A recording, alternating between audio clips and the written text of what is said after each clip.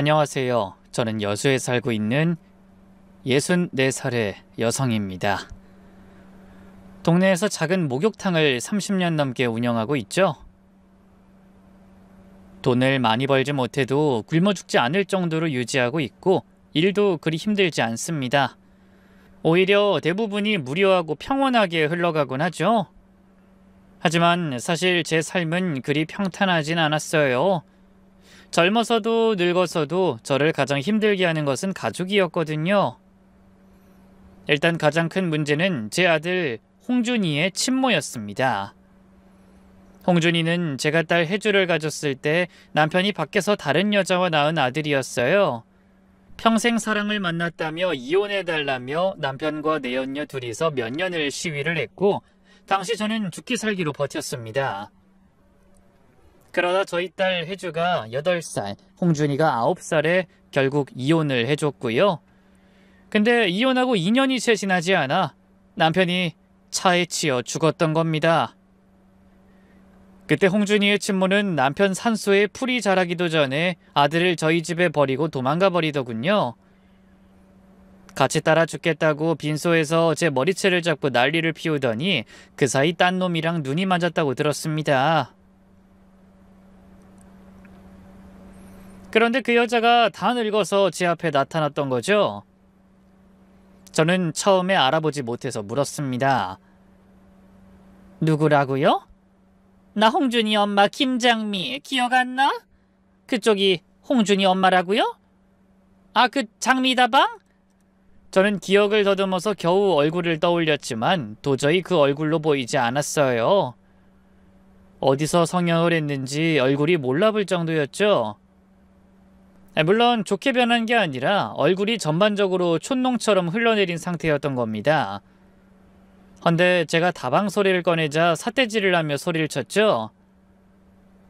야, 시대가 바뀌었어. 어디서 다방이래? 커피숍이거든? 하여튼 여전히 저급하네. 그러니 그 팔자에 딸년 하나 겨우 낳고 서방까지 잡수셨겠지. 허, 누가 누굴 잡아먹어요?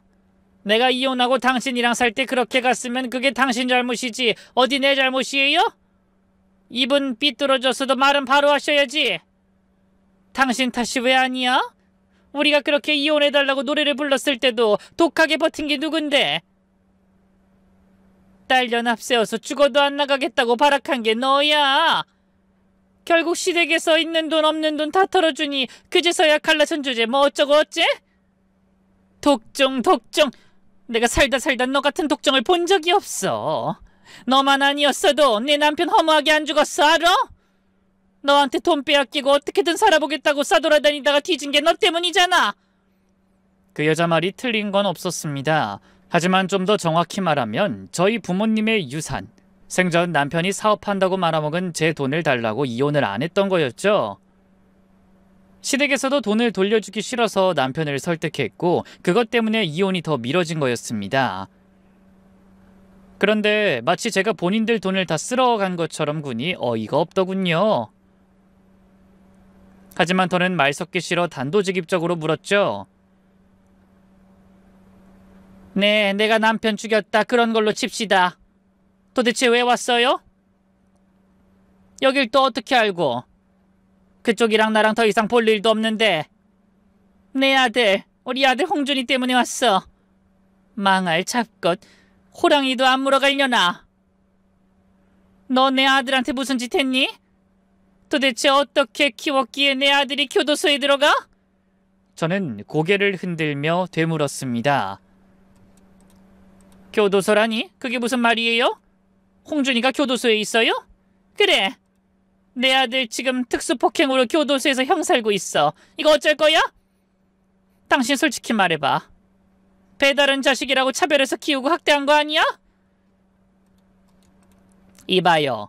당신이 지금 제 앞에서 그런 말할 자격이 있다고 생각해요?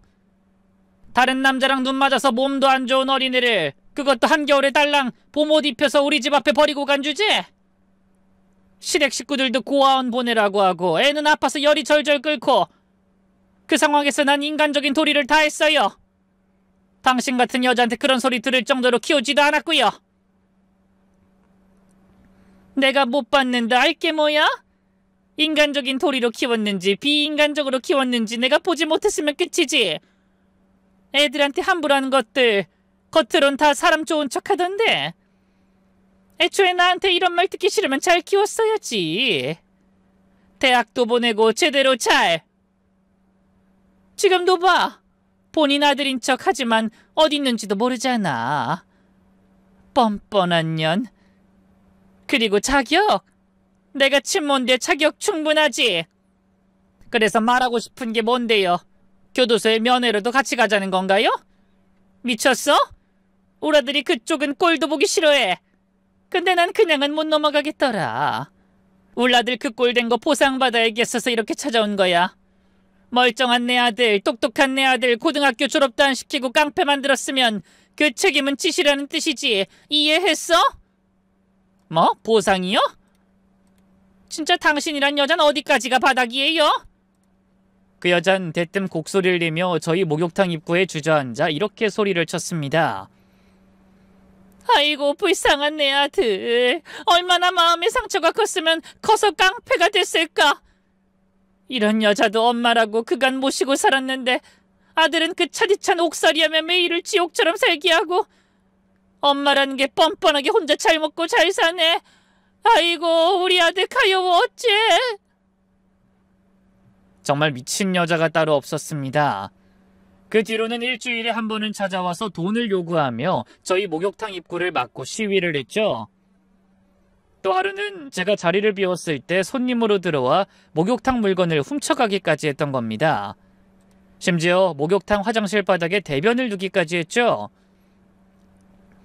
내부에 감시 카메라가 없어서 증거는 없었지만 전 그 여자가 범인이라고 거의 100% 확신합니다. 그럼에도 저는 그 여자를 신고하지도 함부로 하진 못했어요.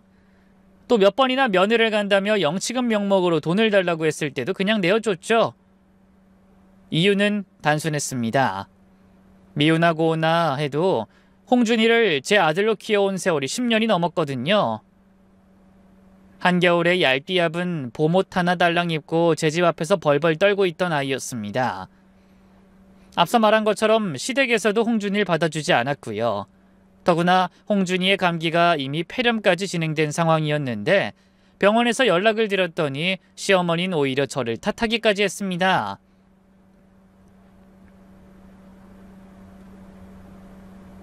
그러게 네가 아들 낳았어야지. 아님 버텼어야지.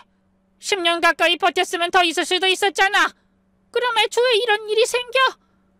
이거 다 따지고 보면 네 탓이야. 난 애초에 너랑 우리 아들 이혼하는 거 바라지도 않았다. 너도 알잖니? 우리가 너희 부모 유산 돌려주기 싫어서만 그랬겠어? 겸사겸사 그래도 구관이 명관이고 조강지처가 최고니 반대했던 거야.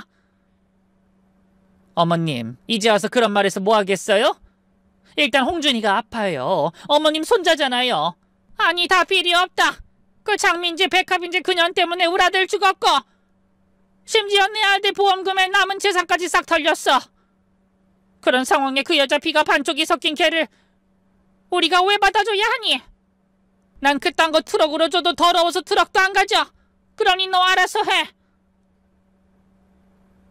이 어린아이가 무슨 죄가 있다고 그러세요? 어쨌든 반쪽은 그 사람 피잖아요. 어머님도 아버님도 저한테 대를 이어야 한다고 늘 그런 말씀하셨으면서 이제 와서 모른 척 하시다뇨? 전에는 홍준이 예뻐하셨잖아요. 시끄럽고 우린 손 털었어. 할 만큼 했다고 본다. 양심상 우리가 너한텐 뭐라고 안 할 거야. 그러니까 고아원에 넣어버리든 길가에 버리고 가든 너 알아서 해.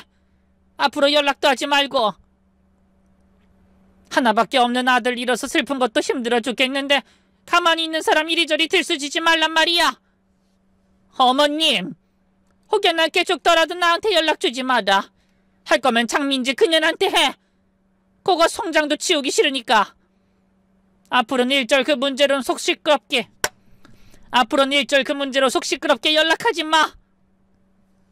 솔직히 그땐 짜증이 나긴 했습니다. 결혼하고 10년 내내 집에서 쫓아내지 못해 안달인 남편과 아들 낳은 게 인생 최고의 업적인 내연녀의 합작품이 홍준이었으니까요. 더구나 시어머니도 이혼만 반대했지 제게 이해만 강요하며 홍준이를 싸고 돌았던 사람이었죠. 어린애는 죄가 없다. 네가 예민하게 구는 거다. 남자들 나이 들면 다시 정신 차린다는 식으로 말입니다. 그랬던 인간들이 한순간에 돌변하는 걸 보니 치가 떨리더군요.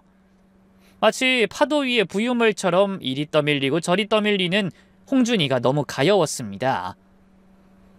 그래서 저는 그런 홍준이를 키우기로 결심했던 거고, 그때부터 저는 두 아이를 키워내기 위해서 2배로 노력을 해야 했죠. 문제가 있다면 두 아이는 물과 기름처럼 좀처럼 섞이지 않았다는 겁니다.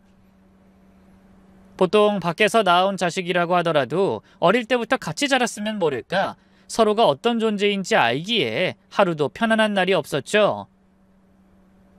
머리가 좀 더 크니 가장 반발이 심했던 것은 딸 혜주였어요.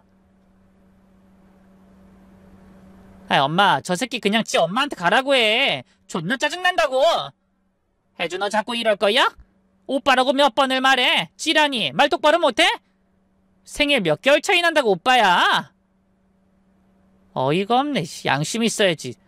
엄마가 누구 때문에 이 고생을 하는데, 내가 누구 때문에 양보하는 건데. 혜주야, 너 정말 왜 그래? 저 새끼랑 용돈도 쪼개 가져야 하고 엄마 사랑까지 쪼개야 하는데 입장은 생각도 안 해? 내가 피해자야. 길 가는 사람 자꾸 물어봐. 누가 억울한지. 더구나 엄만 존심도 없어? 어떻게 아빠랑 다른 여자랑 낳은 자식을 거둬? 차라리 그럴 거면 길거리에서 개를 줍지 그래. 그건 귀엽기라도 하지. 나 솔직히 쟤 무섭고 싫고 소름 끼치고 끔찍하다고.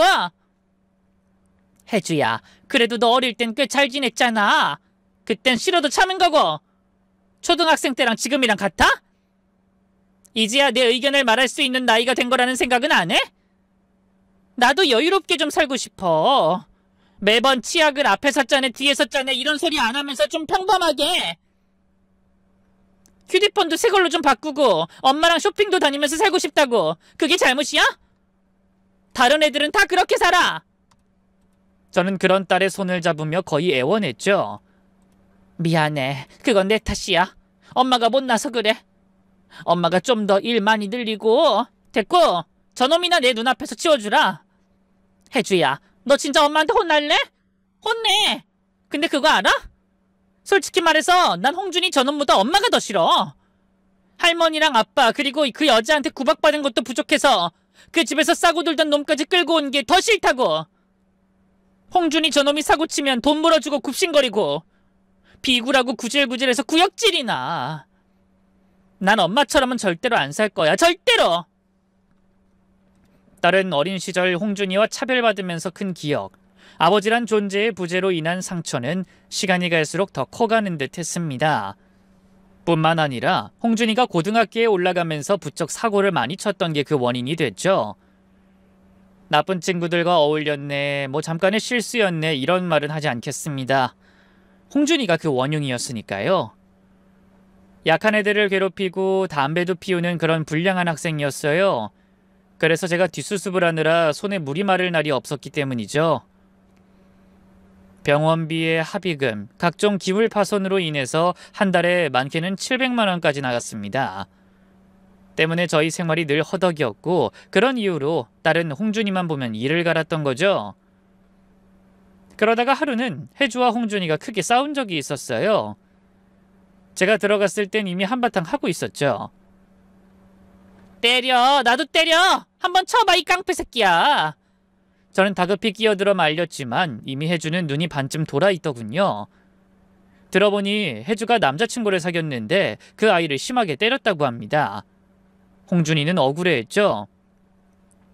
걔 진짜 질 안 좋은 놈이야. 혜주 너가 몰라서 그러는 거라고. 야, 네가 뭔데 끼어들어?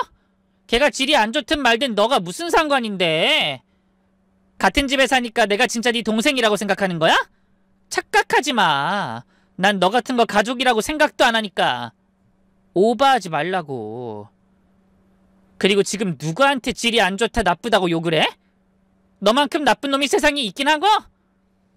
혜주는 비웃듯이 말하곤 홍준이의 가슴팍을 손가락으로 툭툭 치며 이어 말했습니다. 너 같은 놈은 나중에 양아치 건달 되겠지만 그 아인 뒤로 나자빠져도 아버지 사업 물려받아서 떵떵거리면서 살 인간이야. 넌 아무리 발버둥을 쳐도 다방 여자 아들이지만 걘 아무리 질이 나빠도 부잣집 아들이고 알아먹어? 저는 듣다가 소리를 질렀죠. 혜주, 너 오빠한테 자꾸 함부로 말할 거야? 양아치라니, 건달이라니. 왜? 뭐 내가 틀린 말 했어? 엄마도 저 녀석 포기해.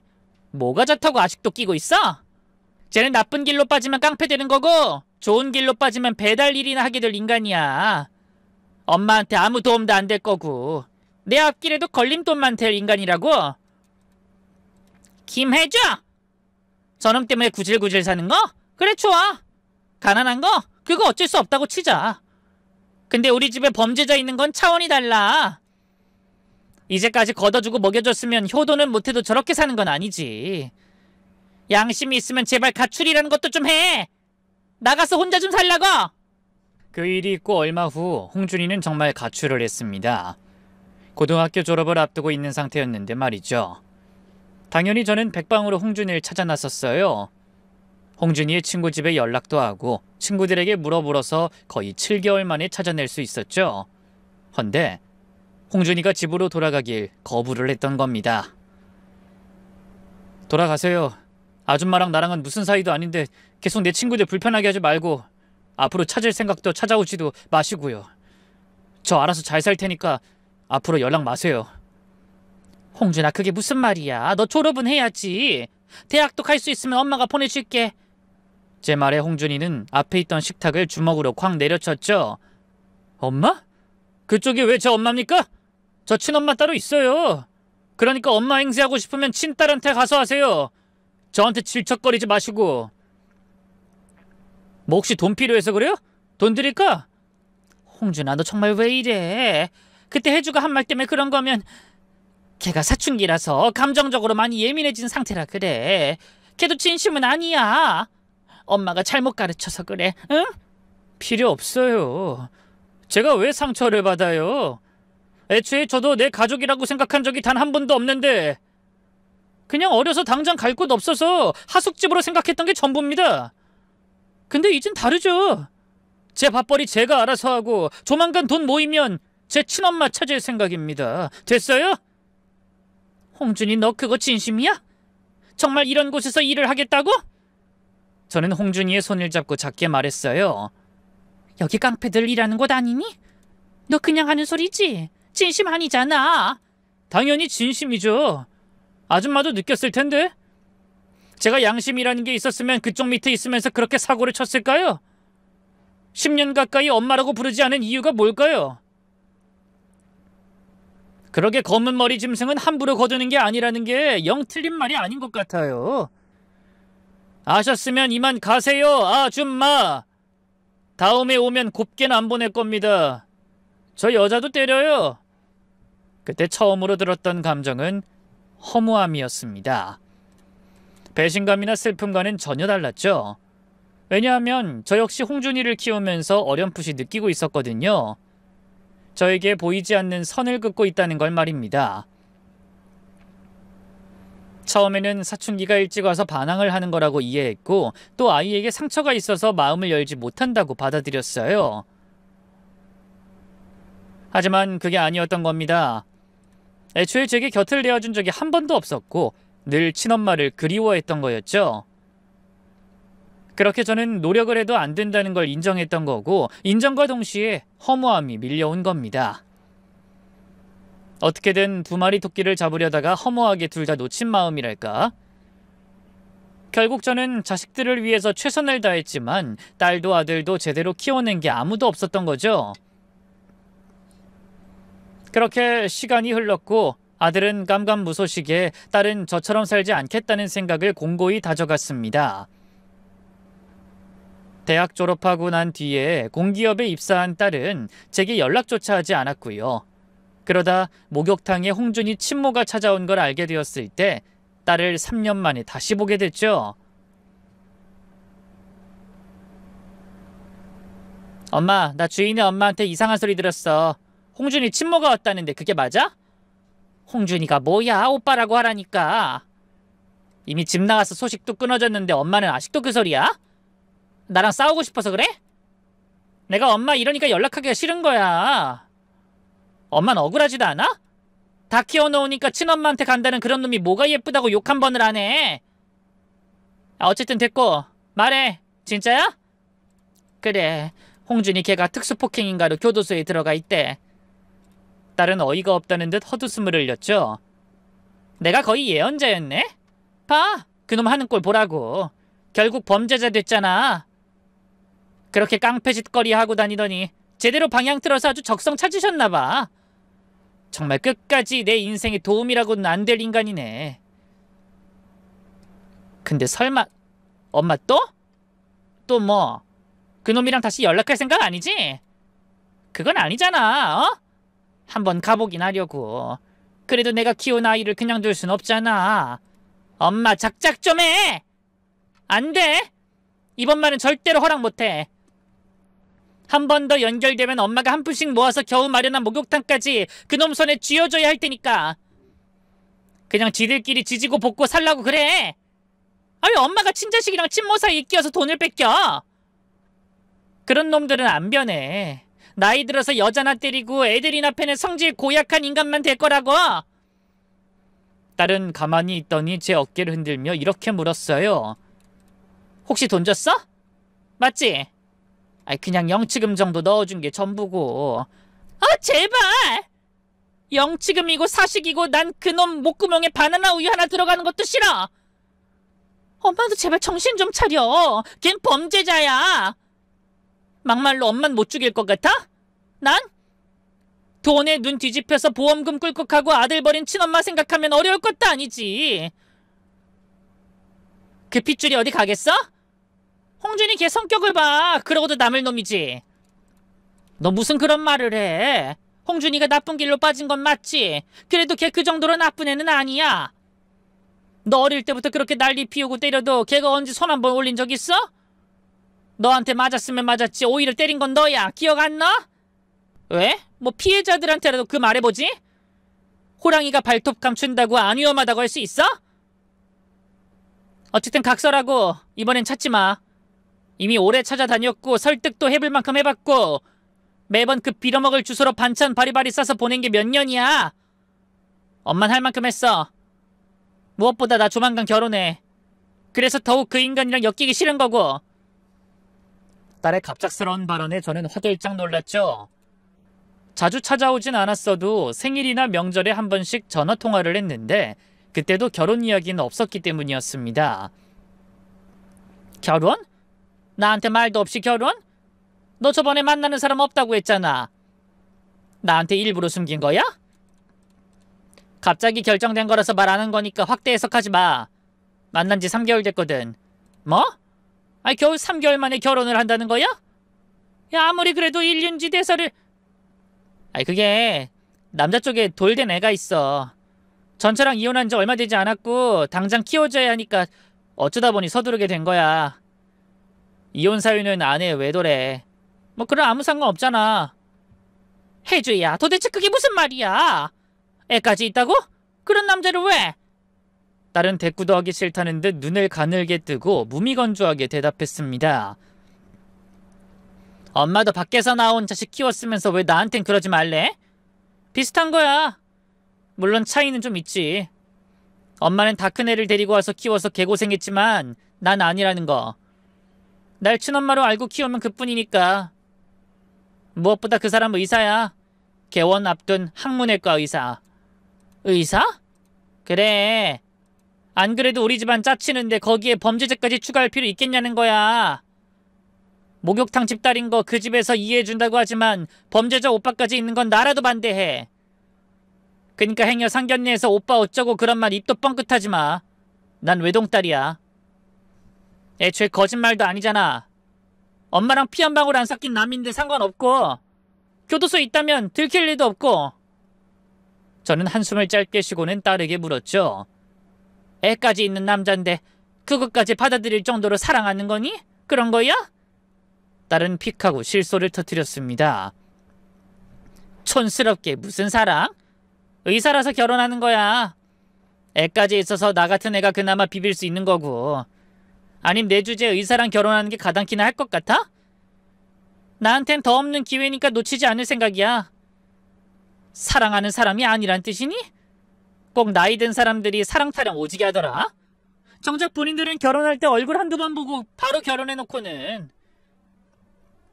내가 말했지? 난 엄마처럼은 절대로 안 산다고. 돈 때문에 바람난 남편을 10년이나 견딘 엄마도 싫고 돈 때문에 잘난 손자 버린 할머니도 끔찍했어.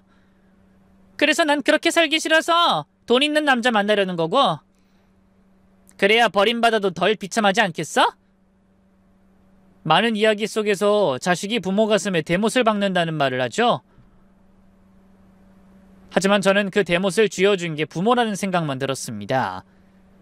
그 여리고 여린 손에 제가 들려준 대못이 고스란히 제 가슴에 박히는 거라고요. 꼭 그게 천벌 같더군요. 그래서 저는 모든 걸 받아들이고 딸이 원하는 걸 해줬습니다. 상견례를 할 때에도 그 집에서 어느 정도의 돈을 요구할 때도 최대한 다 들어줬고요. 하지만 한편으로 사위가 도통 마음에 들진 않았습니다. 물 한 잔도 자기 손으로 따르지 않았고 이거 저거 하면서 명령까지 하는 게 싫었죠. 제 앞에서도 그러는데 둘만 있으면 얼마나 함부로 할까 하는 생각까지 들더군요. 상견례가 끝난 뒤 저는 딸에게 조심스럽게 물었습니다.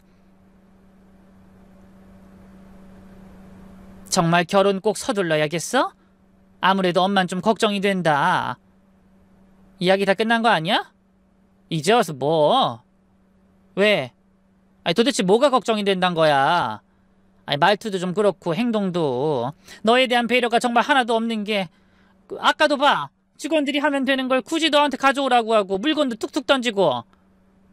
그야 그 사람은 그렇게 살았으니까 명령하는 게 당연하다는 생각은 안 해봤어? 평생 공부만 한 사람이야. 그런 사람이 뭘 알겠어? 할 줄 모르니까 나한테 해달라고 하는 거야. 의사랑 결혼을 아무나 하는 줄 알아? 그런 사소한 걸로 지랄하면 의사랑 결혼 못해. 내가 그 사람 조건 보는 것처럼 그 사람도 뭐든 다 해줄 여자를 고른 거야. 그게 다라고. 해줘야 엄만 이거 아닌 것 같아. 만난 지 얼마 안 됐는데 벌써부터 그러면 내가 알아서 살아. 나 엄마한테 많은 거 안 바라잖아. 그냥 제발 아무것도 하지 말고 있어. 홍준이 그놈도 끌어들이지 말고. 한복 입고 맑게 웃으면서 인형처럼 서 있기만 하라고. 딸을 위해서 뭔가 해주고 싶으면 내가 바라는 건 그거 하나야. 다른 건 신경 끄시라고. 보란듯이 떵떵거리면서 굽신거리지 않고 살아볼 테니까. 열심히 키워놓고도 친엄마가 좋다던 아들이나 엄마처럼 살기 싫다고 사랑 없는 결혼을 하는 딸이나 모두 제 잘못이라는 걸 모르지 않았습니다. 그래서 저는 더는 입을 열어 의견조차 낼 수 없었고 그저 딸이 잘 살기를 마음속으로 빌고 또 빌었죠. 그때는 제가 할 수 있는 최선이었으니까요. 그런데 신혼여행을 다녀온 딸이 인사를 오겠다고 연락이 왔을 때였습니다. 약속 시간은 오후 4시였는데 저녁 8시까지도 아무런 소식이 없었죠.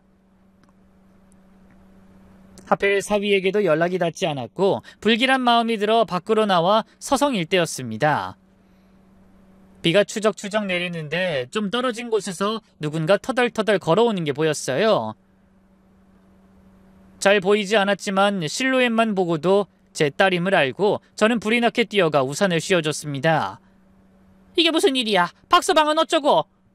너 걸어온 거야? 옷이 이게 다 뭐야?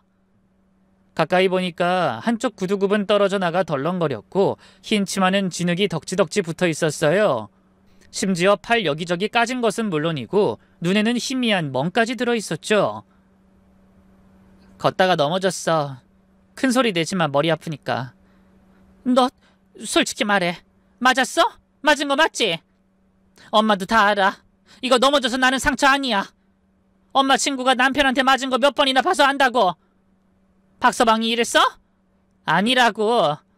그냥 잠깐 말다툼했고 차에서 내렸는데 하필 비가 와서 넘어진 거야. 엄만 왜 알지도 못하면서 아는 척이야? 그럼 지갑은 어쩌고? 택시는 왜 안 타? 놔두고 왔어. 화가 나서 눈이 돌았는데 그거 챙길 시간이 있어? 휴대폰까지 두고 와서 걷게 된 거고. 됐어. 나 진짜 별일 아니야. 금방 괜찮아져. 빗길에 넘어져서 부딪힌 거야. 정말이야? 그 말 진짜야? 제가 집요하게 물어 짜증이 났는지 딸이 버럭 성질을 냈습니다. 엄만 내가 불행했으면 좋겠어? 남편한테 맞는 그런 여자라고 생각해? 아니라면 아니라고 알아먹지 왜 자꾸 따져? 됐어. 기분 상해서 더는 못 가. 이거 가지고 가. 엄마 주려고 산 거야. 어딜 가? 전 그런 딸을 쫓아가서 택시 타라고 돈을 쥐어줬고 딸이 넘겨준 걸 집에 와서 풀어봤죠. 면세점에서 산 옷이랑 신발이 한가득 들어있더군요. 지갑이고 휴대폰이고 다 두고 내렸으면서 제게 줄 선물만을 챙겼다는 사실에 마음이 아팠고 아무래도 안 되겠다 싶어서 저는 사위가 일하는 곳으로 갔죠. 병원 근처에 커피숍이 있어서 그곳에서 2시간을 기다렸더니 사위가 온 얼굴과 몸짓으로 짜증을 내며 오더군요. 아이, 장모님, 이렇게 막무가내로 오시면 저 몹시 곤란합니다. 가족끼리라도 예의라는 게 있으셔야죠. 의사라는 직업이 얼마나 바쁜지 뻔히 아시면서. 미안하네. 근데 그렇게 예의를 아는 사람이 비 오는 날 딸을 차에서 내리게 하나? 제가 따지니 사위는 이죽거리며 말했죠. 한쪽 말만 듣고 그러시는 것 같은데 저도 억울합니다. 뭐 제가 괜히 때렸겠어요? 저는 그 말에 놀라는 동시에 화가 치밀어 사위에게 언성을 높였습니다. 내 딸을 때렸어? 자네 진짜 미친 건가? 맞을만 해서 때렸습니다. 외간 남자랑 하도 붙어있어서 그래서 그랬어요. 결혼한 지 얼마나 됐다고 어디서 양아치 같은 놈이랑 노닥거리는데 가만히 있을 남편이 누가 있어요? 저 배울 만큼 배운 사람이지만 감쌀 걸 감싸세요. 더러운 버릇 좀 고치려고 한 게 잘못입니까? 내 딸이 그럴 리가 없어. 절대로 그럴 아이 아니고. 네, 그럼 뭐 증거라도 보여드려요. 저도 억지 부리는 거 아니거든요. 몇 번이나 남자 바꿔가면서 있는 걸 봤다고요. 그러니 딸 교육 좀 똑바로 시키세요. 그나마 그걸로 참고 살아주는 저한테 고맙다고 하시고요. 아, 앞으로 저희 병원 근처에서 이런 식으로 불러내면 진짜 이혼할 겁니다. 아셨어요? 다신 제 병원 근처에 얼씬도 마세요. 너무나 무력했습니다. 딸을 위해서 화를 내야 할지 아니면 참아야 할지도 모르는 못난 어미였으니까요. 사위를 몰아세우면 딸이 화를 낼까봐 그럴 수 없었고 참자니 제 딸이 불쌍해서 미칠 것 같았습니다. 물론 그런 마음속에 딸이 불륜을 저질렀다는 가정은 결코 없었죠. 결혼을 할 때 돈과 능력을 최우선에 두는 속물이라는 건 부정할 수 없지만 적어도 뒤에서 나쁜 짓을 저지르는 아이는 아니었습니다. 오히려 제 아버지 때문에 불륜에 관해서는 누구보다 끔찍해했던 게 혜주였고요. 그러니 결론은 딱 하나, 박서방이 의처증이 있다는 거였죠. 저는 그 일로 끙끙 앓아두었습니다. 우라가 치밀어 잠도 제대로 못 자고 끼니도 걸으면서 속을 태우니 병이 나더군요. 감기인지 몸살인지 열이 절절 끓었는데도 목욕탕을 계속 닫을 수 없어 이튿날에 서둘러 목욕탕을 열었습니다. 그런데 하필이면 그날 아침 대바람부터 또다시 홍준이 친모가 목욕탕에 들이닥쳤죠. 이전에 영치금으로 돈 100만 원을 쥐어줘서 한동안 잠잠할 줄 알았는데 다시 또 뻔뻔하게 온 겁니다. 오늘이 무슨 날인지 알아? 우리 홍준이 출소하는 날이야. 가서 뭐라도 좀 먹여야겠는데 당장 있는 돈이 없으니 좀 달라고. 우리 홍준이 뭐라도 먹어야 할 거 아니야? 이미 저번 주에 돈 받아갔잖아요. 도대체 언제까지 이럴 거예요? 내 아들 인생 망치고 그럼 넌 뜨뜻한 물에서 몸이나 지지며 속 편하게 살 줄 알았어? 절대 그렇게는 못 두지. 안 줘? 안 주면 나 여기 들어 눕는다? 옷이라도 다 벗고 누워줄까? 나 이제 잃을 거 없는 년이야. 잃을 거 없으니 무서울 것도 없고. 이봐요. 난 홍준이 엄마야. 엄만 이렇게 하는 거고. 당신도 내 아들 키웠으면 어느 정도는 희생을 했어야지. 난 평생 당신 저주할 거야. 알아? 그 여자를 보니 저도 사위 앞에서 그렇게 했어야 했나 헛생각이 들더군요. 병원이고 의사고 깽판치고 내 딸이 아팠던 것처럼 똑같이 돌려줄 걸 후회도 됐죠. 뻔뻔하고 치사스러워도 자식을 위해서는 저렇게도 할 수 있구나 하고 내심 부러웠던 겁니다. 그래서 저는 대충 목욕탕에 있던 돈을 털어 다 쥐어줬죠. 헌데 가만히 생각해보니 아무리 친모가 따로 챙겨준다고 해도 출손날엔 가는 게 좋겠다는 생각이 들더군요. 그래서 아는 분에게 목욕탕을 맡긴 후 시장에서 간 만든 두부를 싸가지고 교도소로 향했죠. 혹여나 식을까봐 품에 꼭 안고는 그렇게 아들 홍준이를 기다렸습니다. 그렇게 20분 정도를 기다렸을까 철컹하고 커다란 문이 열리고 한 명씩 한 명씩 빠져나와 기다리던 사람들에게 각각 흩어졌죠. 시간을 잘못 알았나 해서 거기 서 있던 분에게 묻고 있을 때였습니다. 아줌마? 저는 뒤로 돌아섰고 그곳에는 홍준이가 서 있었어요. 세월이 흐른 만큼 많이 바뀌긴 했지만 밤톨 같은 머리와 짙은 눈썹만은 어릴 때와 크게 다르지 않았죠.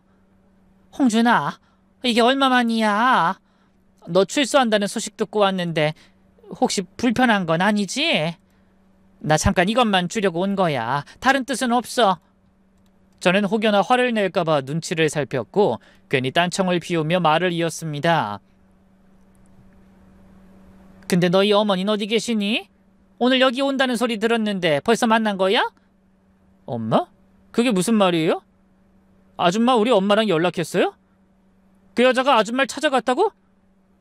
설마 돈 줬어요? 저는 대답 대신 눈을 피했는데 홍준인 제 어깨를 잡고 흔들며 되물었죠. 돈 줬냐고요? 너 영치금 그거 넣어준다고 좀... 이 말에 홍준이는 바들바들 떨면서 발까지 동동 구르더군요. 그걸 왜 줬냐며 노름하는 남자한테 퍼주려고 일부러 뜯어간 거라고 했죠. 심지어 자신이 교도소에 들어온 뒤에 딱 한 번 찾아온 게 전부였고 그마저도 돈 받으려는 목적이었다고 했습니다. 영치금은커녕 사식 한 번 넣은 적이 없었다고 했고요. 저도 그 말에 적잖이 충격을 받긴 했지만 금방 포기를 했죠. 뭐 어때? 이제라도 알았으면 됐지. 뭐요? 아줌마는 어쩜 사람이 이래요? 이렇게 물러서 어디에 써요? 나요? 나! 그간 사고치고 산 거 다 우리 엄마 지시받고 그런 거였어요. 알아요? 그게 무슨 말이니? 아들은 하늘을 보며 욕지기를 한바탕 내뱉더니 머리를 신경질적으로 긁었습니다. 엄마가 나 버릴 때 그랬거든요. 아줌마가 돈 다 빼돌려서 어쩔 수 없이 헤어지는 거라고. 그래서 나 버리는 거라고. 그 여자한테 복수를 좀 대신해달라고요. 그래서 내가 일부러 더 사고치고 아줌마 속 뒤집어 놓은 거라고요. 내가 그런 놈이라고요. 아들은 괴로워했어요. 아마 뒤늦게 진실을 알았던 모양이었죠. 하지만 저는 그런 아들을 100번 이해했습니다. 남편이 살아있을 때까지만 해도 홍준인 부모에게 아낌없는 사랑을 받았던 아이였으니까요. 제 눈치를 보긴 해도 시어머니는 홍준이를 늘 우선했고 친모 역시 마찬가지였습니다.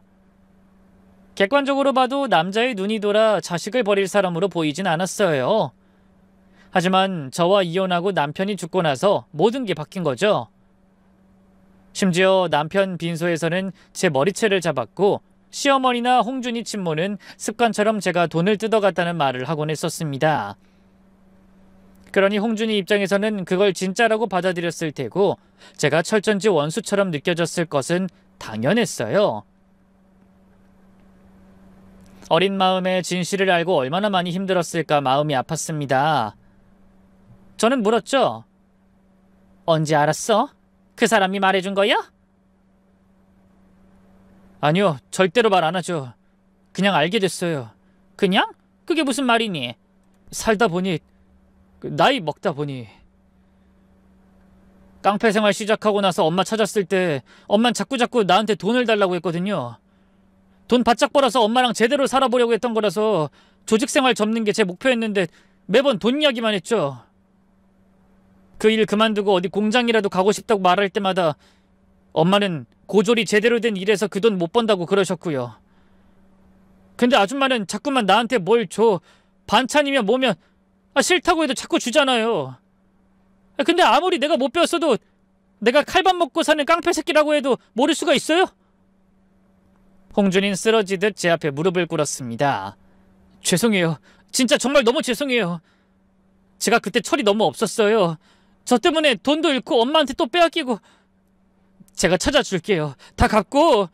저는 그 아이에게 두부를 다시 들려줬죠. 그럼 됐다. 갚는다고 또 그 생활하면 나 다신 너 안 봐. 나 너한테 쓴 돈 아깝다 생각 안 했어. 그 여자한테 속아서 준 돈도 하나도 안 아깝고. 도대체 왜요? 제가 뭐라고요? 말도 안 듣고 사고만 치고 친자식도 아닌데. 너 키우면서 난 행복했거든. 그 정도면 오히려 모자라지. 이거 얼른 먹어.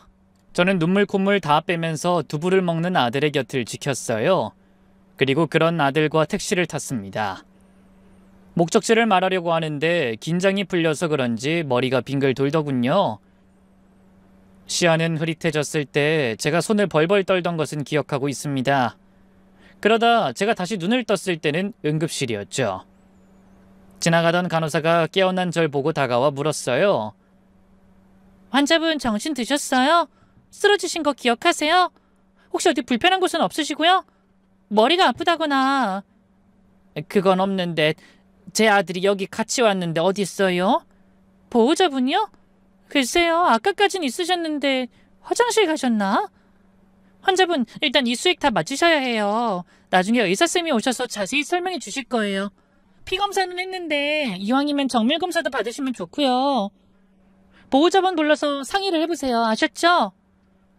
의사는 제가 영양실조라고 했어요. 그것도 기아 상태에 가깝다며 하루 정도는 입원해서 치료를 받아보자고 했죠. 문제는 보호자였어요.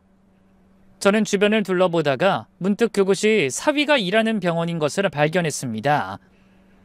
환자복에 병원 이름이 아주 작게 쓰여 있었거든요.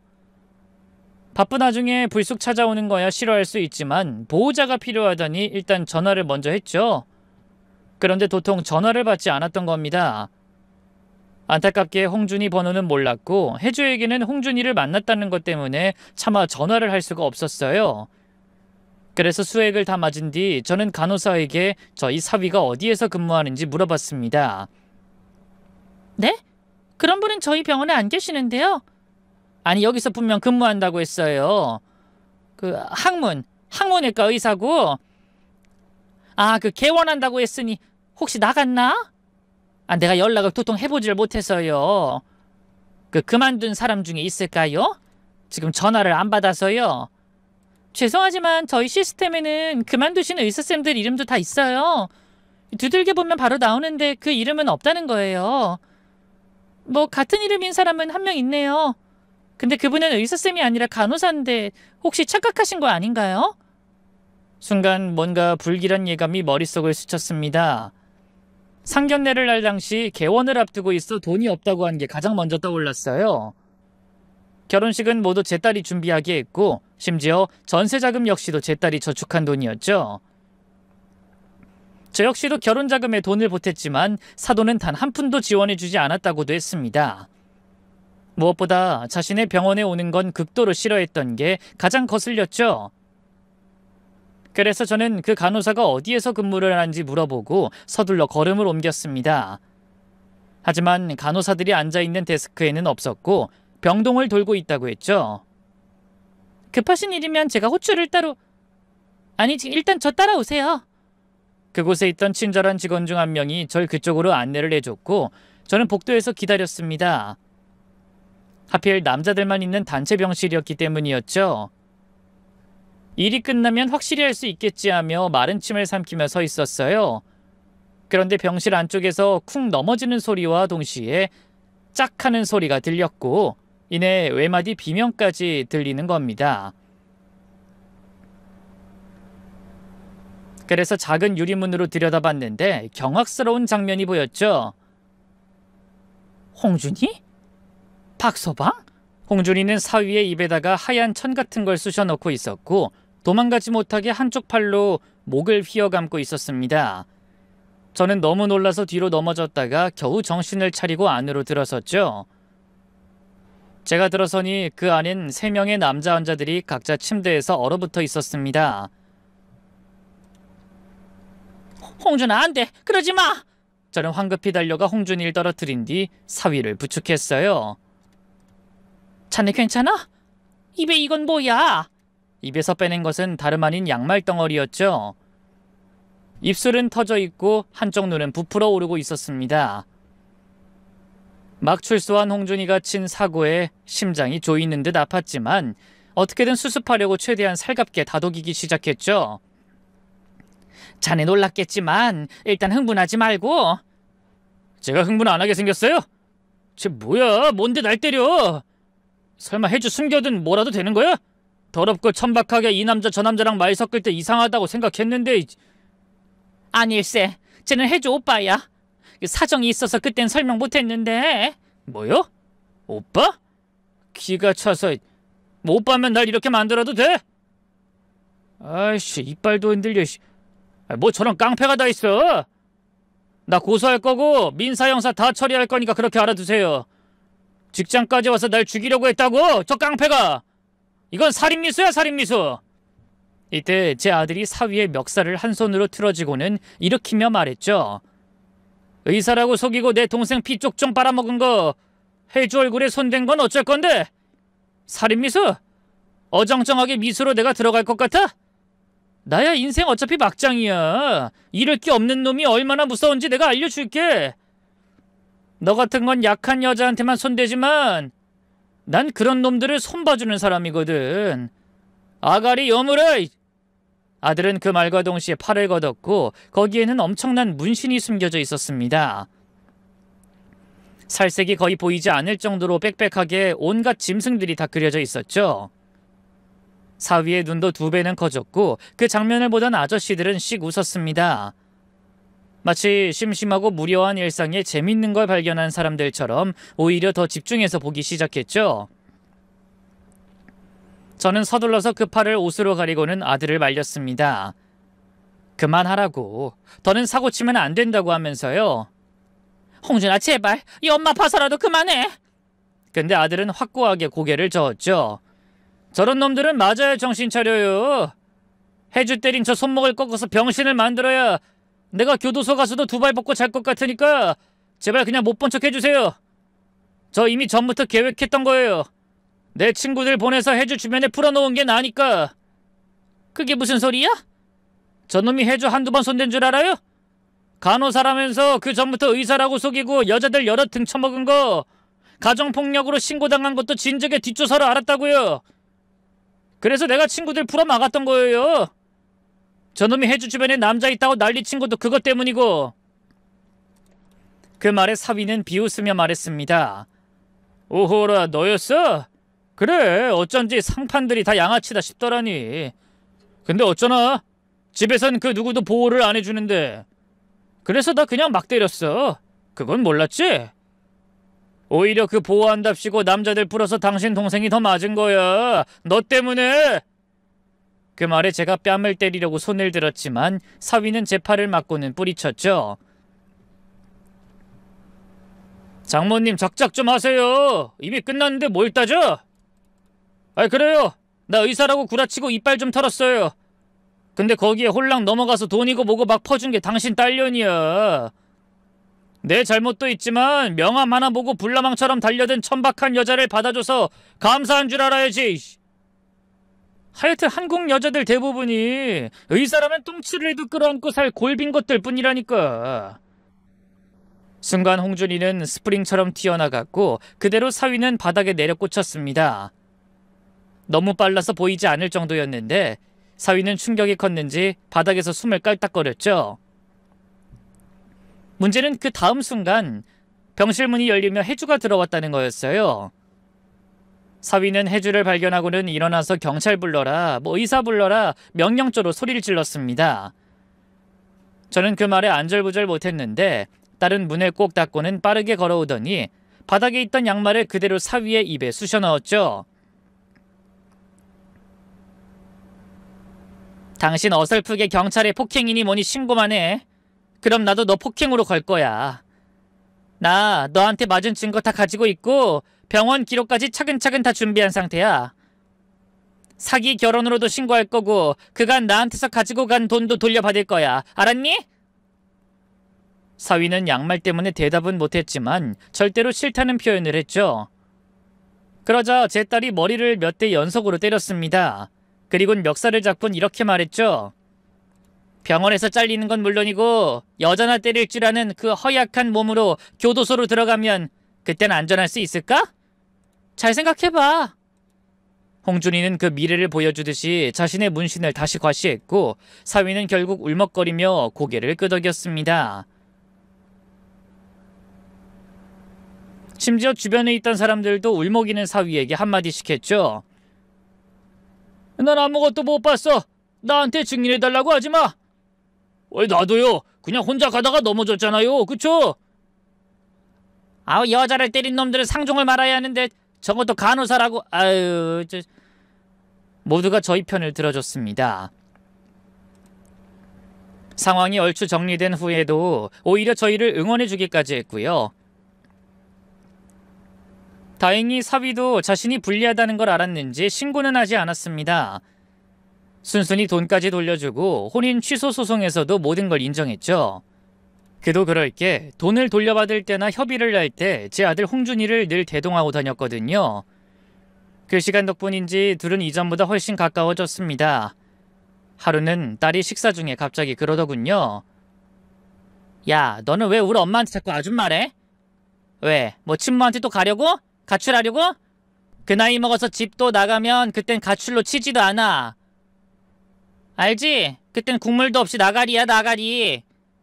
저는 또 딸이 막말할까봐 한숨을 푹 쉬었는데 홍준이가 이랬죠. 엄마라고 부를 테니까 너도 오빠라고 좀 해라.